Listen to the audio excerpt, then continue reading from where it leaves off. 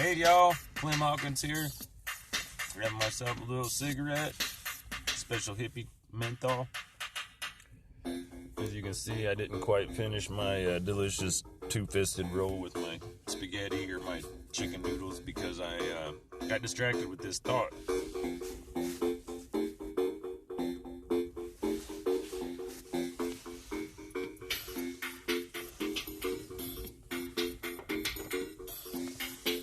So I didn't realize, but I found this, which to most people might be barely a bowl, but to me that's at least a 5150, if not a entire tenor joint.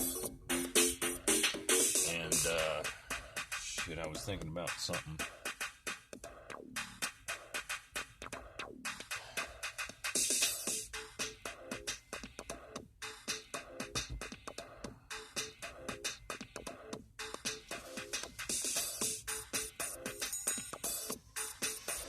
Oh, so as opposed to smoking that whole thing, when I looked at that, I was like, well, it could be a bowl, it could be a joint, it could be half a joint, it could be a whole bunch of pinch hitters, but not a tinfoil. For those of you unaware, you need a smoking device, piece of tinfoil, wrap it around a pin and bend it.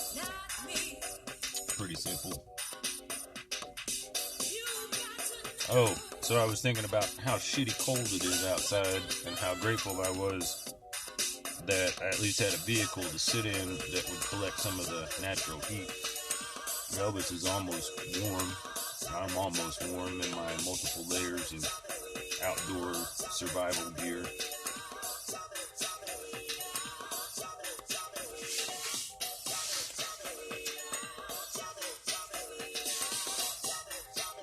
So I guess the reason I brought all that up is about an hour ago, I was really down in the mouth. I was really pissed off at everything. Hungry, angry, lonely, tired, restless, irritable, and discontent. All in all, a little bit. I got those 3 or 4 tiny roaches, put them on the tip of the leftovers of my cigarettes from my little ashtray down there.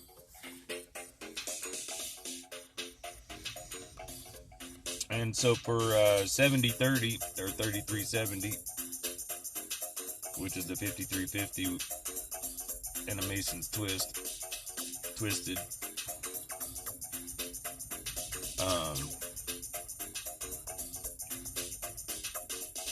I guess what it took for me was the walking Elvis and then being surprised by the hawk and remembering that the hawk ain't whining or bitching or complaining. He's just flying, or she's just flying in the sky. And the reminder to stay close to spirit and the message and get back to the message made me feel a little bit better about my shitty situation. If you do something that's shitty and it just sucks, it's not so great. But if you're doing something that's shitty and you're able to think of other people that you're either keeping from that shit, like soldiers and regular people, or warrior clans and hunter clans and basket weaving clans, or whatever the shit, keeping all that in mind as I'm regularly thinking forward to try to remember. I know that's a funny one, right? It's like thinking back to imagine. I rewind it a couple times. It might make sense after the 3rd or 4th listen. And I had also had these thoughts that I like the time-lapse thing, and one of the potential projects would be these groundhogs or some other place where there's nature doing its thing. Kind of like, I remember the other day I was thinking about like hiding out behind a bush and like podcasting me recording the time lapse and being all like, Nature Geographic got nothing on this. I don't know, it's kind of funny. And looking at this camera, I don't look at myself much, but I'm kind of smiling and half grinning inside, squinting because of the bright lights. But I'm remembering all these sayings from the South or the Midwest or wherever I grew up, and one of them was keep a stiff upper lip. I never thought about it, well, until later, after the psychedelics started intervening. But a stiff upper lip, that one's loose. That one's stiff. I think keeping a stiff upper lip means smile, dummy. So here we sit overlooking Denver outside of the bubbles. As you might can see, we got a few visitor company people. That dude out there walking his dog. We got a few people over there. And I'm pretty sure that those two down at the end of the lot are equally residentially challenged. Only because I see their vehicles a lot. And that van that I saw this morning, put on the on the writing stuff, the WordPress that I wrote about there that inspired that. I've seen him at a number of different places too. Saw him out at the Denny's the way out. I saw him at the T&A. So seeing him at the same places where I've been only makes me figure he's in the same situation. So the hunger pains aren't driving us nuts. The idea of being without does, though. And I got that herb, so that's a day. I could probably milk that for a day. Sure, I could smoke the fuck out of it right now and get my head to a good spot, but I'd eventually come down. Got to time that with potential sleep time and parking lot time or what have you. With gas being limited, I don't know, I'm just pretty much stuck. So my choices are limited, but I'm trying to expand those. Without internet, or even with internet, I think without power, there's not much else to do besides sit in my Jeep or go out and walk. But like I mentioned earlier, it is fucking cold and it's a wind. Like, of all of my least favorite elements, it's wind. Wind is definitely, I hate that shit. But, you know, I'm just also thinking you can't hate wind just like you can't hate grass. Like, it's not that I hate it, it just makes me extremely uncomfortable. I don't like being uncomfortable. So, realizing that I got sound in the background, I'm not too sure.